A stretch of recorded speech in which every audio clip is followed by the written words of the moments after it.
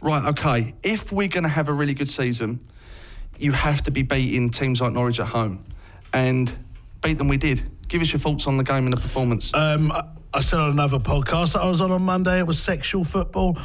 I think we can say that at this time of the day, can't we? I'm going to go that we can. We'll soon find out. Yeah, exactly. I'm going to go that we can say that. I thought it was absolutely beautiful. I know what you mean. Yeah, I thought particularly the second half, I think the first 15 minutes, they were arguably the better side. But after that, for the rest of the game, particularly the second half, it was actually really entertaining, really great to watch, because you had Anderson beating people for fun. You had Mazaraku, whatever you want to call him, Arthur Fuku. That's actually his name, so that's allowed.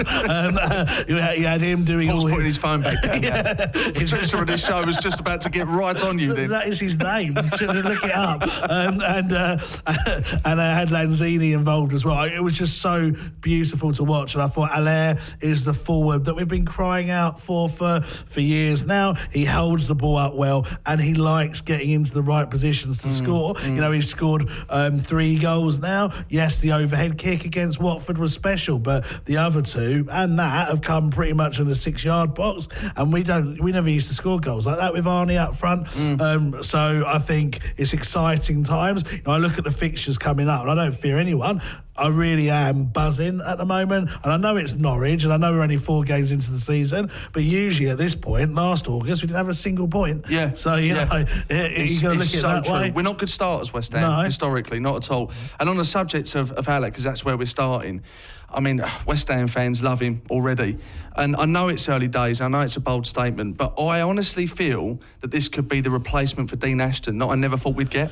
Yeah, I think I'd go that far. Yeah, I think that's a good comment. I think the hold-up play has been impressive. I noticed it against Manchester City, even though he got battered 5-0. I thought he held the ball up well then. So he's done that against Watford and against Norwich. But not only that, he's held it up, but he brings other players into play, and he gets into the right places, and he finishes. You know, he's already scored 3 goals for us, 3 goals in 3 games, isn't it? Because he missed the Brighton one. So, you know, that what more do we want, really? The key thing is we've just got to keep him fit. And let's talk about some of those players that he does bring into play, because it's hard not to start with Felipe Anderson. Yeah. One of his best games for us. I think so. And, you know, like I said in the summer, and I'm going to stand by what I said, he's going to be the Hammer of the Year this year. And it's performances like that are why, because he was so entertaining, so productive in what he was doing as well. And what I liked, and I'll hold my hands up, when he first joined the club,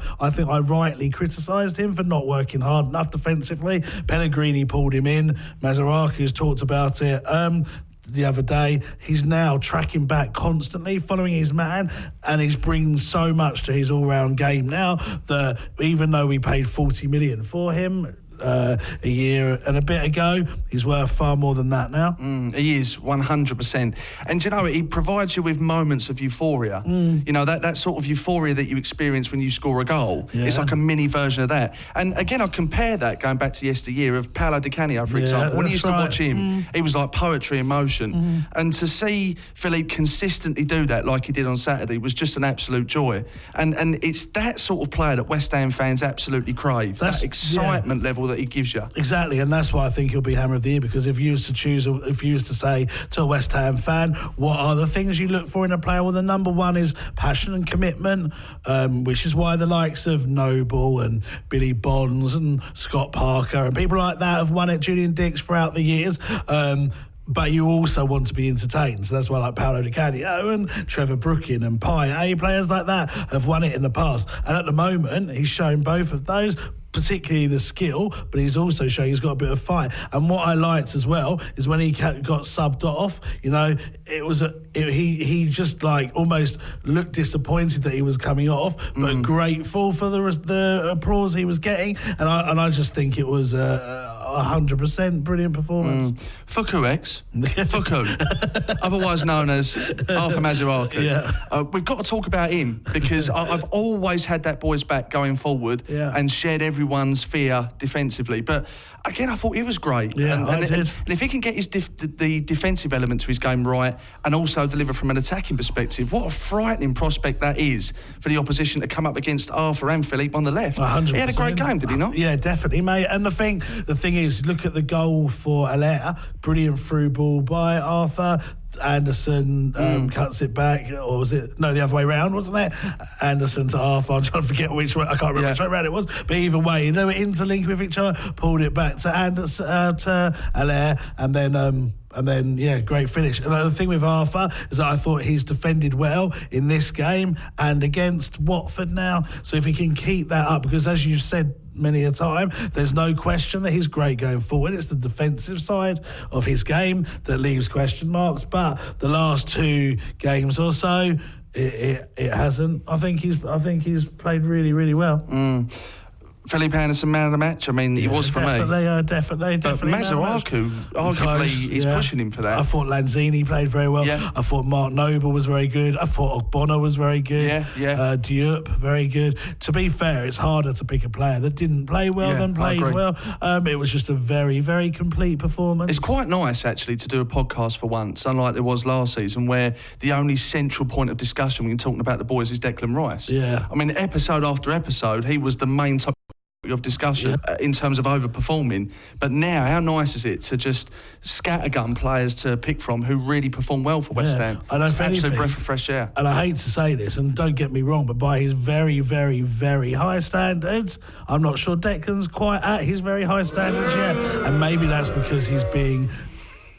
I just booed you, mate. Did you? Okay. Just on behalf of the people. I was wondering what you were laughing at. I think that's not even funny. I think he is brilliant. He's an England player. His first name on the team sheet, but other players are playing so high at the moment, he's not standing out like he used to. Don't get me wrong, he's doing his job perfectly. I thought he played well against Norwich, good performance, but usually he was the standout player. But actually, if you go through the team, there was many more that stood out more, which is maybe a compliment to them than a insult to Declan. Well, it definitely is, and also, not that he's a man that struggles to cope with pressure, I don't think, but also relieves the pressure from him a little bit. Yeah. You know? Mark Noble's return to the team, as I always say, has coincided in 2 very, very good performances.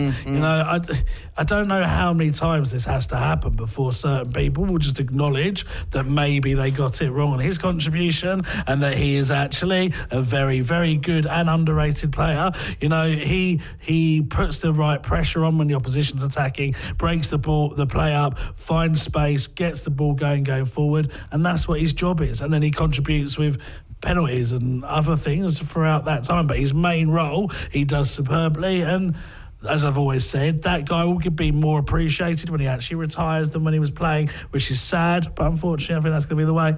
Well, I think a lot of people, myself included, have probably appreciated him that little bit more when we haven't had him this season. I mean, it's hard to say we missed him against City. I think we would have got steamrolled regardless, but we definitely missed him against Brighton. Yeah. And look at the results since he's come back in the side. And I think it's fair to say, and I'm plucking this percentage out of thin area, but certainly from my experience, 80 to 90% of predicted lineups I saw on Twitter, including my own. Yeah, I put him as a sub as well, so I didn't include Mark Noble. No, that's right. But he's the man that continues to prove everybody wrong all the time. And again, one of the many debates we've had on this show before is what formation is Pellegrini going to go with? And I kind of assumed that it would be Declan in the anchor role with 2 attacking central midfielders. I think it was meant to be that to start with, but he's adapted since. But, I mean, do you think, looking at Nobe's performances and the success that the formation brought on Saturday, do you think we found our formation now, and do you think that includes Mark for the rest of the season? I think so, with the current players we've got, because as much as I thought he was going to be one of the key players for us this year, Wilshire's not quite performing, and I see him more as an attacking midfielder than a defensive midfielder. Noble's clearly better than Sanchez, no matter what formation you want to play. I don't think Fornals, is ready yet. I mean, he hasn't had the chance yet, so it's hard to say. But I think you've got to have Mark Noble in that team, because I think not just the fact that he contributes so well as a player, but the leadership as well. You take him out of that side leadership-wise, and I think you're all over the place. You're looking for leaders, whereas he just naturally takes that on. You do. I mean, we had this conversation in Vegas, which was really interesting as well, because we was talking to the studio audience and we were saying, if Nobes doesn't play, who takes the armband? And it was an absolute mixed match of answers, which goes to show there isn't a clearly defined leader in there. No. Whereas if Nobes is in the mix, it's just no question whatsoever. Exactly. The reason I'm looking at my phone is I did He's not listening to me again. So I pulled out his phone in the conversation. He was almost expecting me not to give an in-context answer. Exactly. I was waiting to see what you're going to say now. Well, I'll tell you why. In true to form, my phone has crashed now and I can't seem to get it up. Some dodgy market still, didn't you? Yeah. Well, the fella I bought this phone from, I tell you, is an absolute disgrace. I tried to catch up with him. Knows a lot about football. Yeah. Ugly sod though. It was a poll in relation to Ogbonna.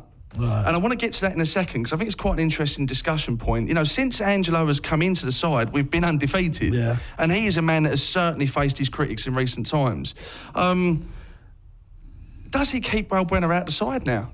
For the time being, yeah, because you just kept your first clean sheet and you've beaten Watford, and Pellegrini, it's not like Balbuena was injured and then Ogbonna came in. He chose it for tactical reasons. He chose it because he wanted Ogbonna the left-footed defender with Diop the right-footed defender, and he thought they might complement each other better than any other combination. And I think if you've kept a clean sheet and the game before that you've won, you shouldn't change it. You want to build up a partnership between players, particularly centre-backs and the keeper. And if you're chopping and changing it, it doesn't do that. And you say that Balbuena is like the better player. Maybe he is on his own as an individual, but maybe he doesn't work as well in the two that we have. I don't know, but I don't think you can change it, no. See, this is the thing, right? And this is where I think it gets interesting, because this is where we disagree. I believe, subject to form, and this is really, really important, subject to form. This is what this is subject to. You have to play your best players. Yeah, but Ogbonna is on form. Yeah, but has Balbuena necessarily been out of form? Well, to be dropped, it would suggest, yeah. He played against... Is that something you agree with from a fan's point of view? He played against Man City. We lost 5-0. He didn't play against... We wouldn't have lost 5-0 if Ogbonna was playing? I don't know. That's all hypothetical. But you're saying that you have to play players, but the form's the key thing. Well, Ogbonna is on form now. If I was to say, right, you have to sell one of them tomorrow, which one's it going to be? I would sell Ogbonna, definitely, because A, he's older, and B, I think Balbuena is a better defender. But if you're going on form like you've said, then it has to be Ogbonna. You can't, if you've kept a clean sheet and then you just drop him, why are you doing that? He's done nothing wrong. You bring Balbuena in and then we concede 2-3 goals. It upsets the whole morale. So Balbuena, who throughout the whole of last season, myself included, was saying he brings the best out in Diop. He's the bargain of the Premier League. I really think he's a good player. He's a general potential vice-captain. He's going to get one opportunity this season against one of the best teams on the planet and then get dropped for a bonus to come in. But it's not just that, is it though? Because he was in the Copa America, where I think he struggled a bit in that. I think he was maybe a sub. He might have even got sent off or something in one of the games. I can't remember, but I think he struggled. But also his pre-season, his training. Don't forget, Pellegrini sees these players every single day and how they're performing, not just on the pitch, but how they're performing from a mental point of view. Who psychologically is going to be the best player in the team. And if he feels, for whatever reason, he chose to drop Balbuena, that Ogbonna is the better option, then we have to trust his judgment. You respect him as a manager. You've said that many a time, so you have to respect it. Look at Manchester United, for example, when they've got the likes of Pogba and Alexis Sanchez and all of those players. That Alexis Sanchez, when he was at Arsenal, one of the best players in the Premier League, goes to Manchester United, doesn't really fall for him that well. Would you keep persisting with him on the thought that he's the better player, or would you play someone that he's actually performing? I think that's a very isolated example. Then you can look at any club and there's players like that. Okay, so let's take another scenario then, where Haller has scored 24 goals in 27 games. Yeah. And he gets suspended on the last game that we've lost. Yeah. He's out for 3 games. Ajeti comes in, doesn't score for 3 games, but we win the game. We win 3 games on a spin. Does Haller come back in? Haller does come back in because it depends how much Ajeti's contributed to that. If we've played 3 games and he's a forward and he hasn't scored, well then for me, despite the fact that we're winning, he hasn't done his job. But What if he scored 3 and 3? Well, then I'd keep him.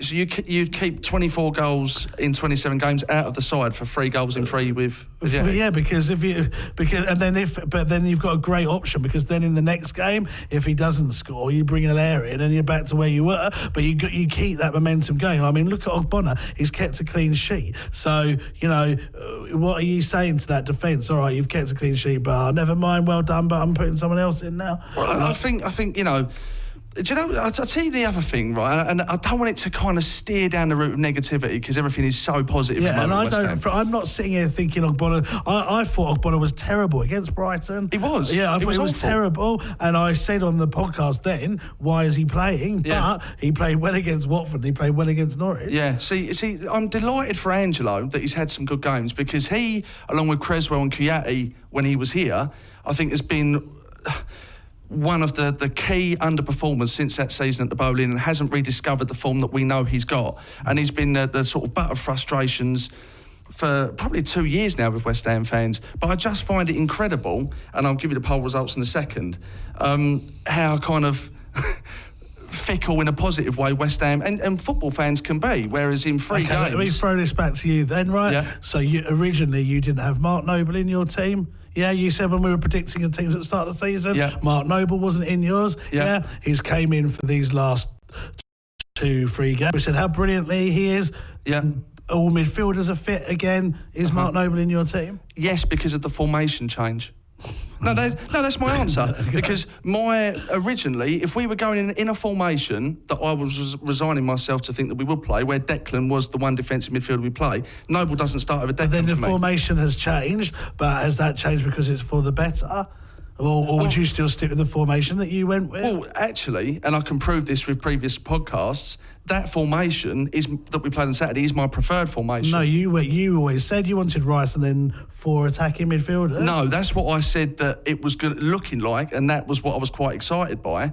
But I've always said 2 central midfielders with a number 10. Mate, I can prove it. Okay. Hand on heart. Who did you have alongside Rice then in that defensive midfield role? Well, actually, and this leads me on to say that I always said in the run-up to this season that it was going to be that formation, and the area next to Declan Rice will be the key area that we need to identify, because I would like to have a Kante-type player sitting alongside Declan with a number 10, left wing, right wing, and a centre forward.